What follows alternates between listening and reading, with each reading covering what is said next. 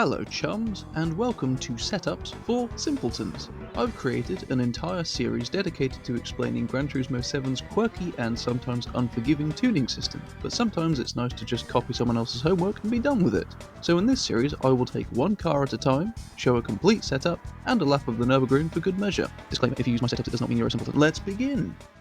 Right, at least two people asked for this. The Mustang Mach 1. This is, weirdly, one of my favourite muscle cars in Gran Turismo 7, and one of the first cars I managed to tame back in 2022 when the physics system still wanted you dead.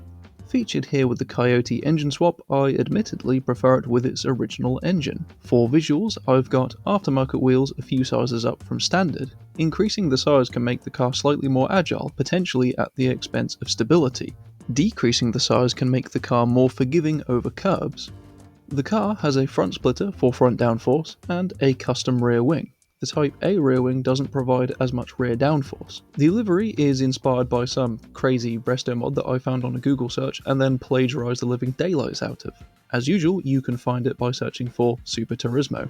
The Mach 1 is one of the more stable classic American cars in the game, so the setup didn't require the same fine-tuning you'd expect from something like a C3 Corvette or a 69 Camaro. This setup also has some ballast weight over the rear axle to improve traction out of corners. If you are running this car with its standard engine, as I usually do, you can pretty much use exactly the same setup, except the standard engine is heavier and slower, so you don't need to use ballast weight. While I undoubtedly prefer this car with its standard engine, I figured that showing the Coyote swapped variant would effectively cover both bases. This is because the performance levels aren't as dramatically different between the two engines as you'd usually find with many other engine swaps. A lot of muscle cars, yes I know the Mustang is technically a pony car, piss off, suffer with three distinct problems. The first is wheel spin, shockingly. The Mustang Mach 1 with its standard engine has pretty much the worst power to weight ratio out of all of the American classics, which makes it quite forgiving. The second issue many muscle cars suffer with is lift-off oversteer. This may seem odd given that most of them are very front heavy, but cars like the C3 Corvette almost feel like they have their engines in the middle. The Mustang pretty much doesn't suffer with any of this. The third issue only seems to rear its head on the Nürburgring, just before the Schwedenkreuz section of the track. The suspension seems to bottom out and make the car wander to one side. The only way to help it is to increase the rear natural frequency. Trouble is, some muscle cars don't allow the setting high enough to mitigate it, and it increases power oversteer, something you ideally want to avoid. The Mustang Mach 1 allows for pretty high settings in general, and thanks to the generally lower top speeds, it doesn't suffer quite so much. So what I'm basically saying is the Mustang Mach 1 is the nicest muscle car to drive, because it's pretty much the slowest.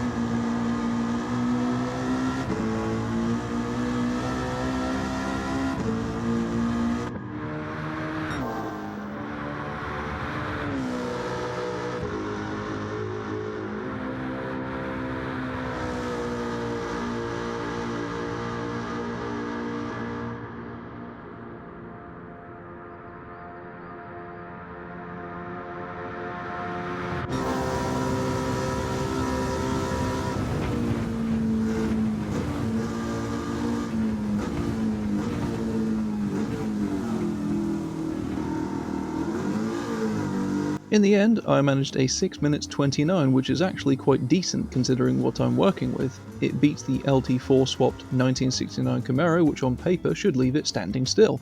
So, that was my setup for the Mustang Mach 1, whether it has an engine swap or not. I hope it helped. Thank you very much for watching. Please like, subscribe, and kick my bell so that you get notified of my future uploads. Take care of yourself, and ta-ra.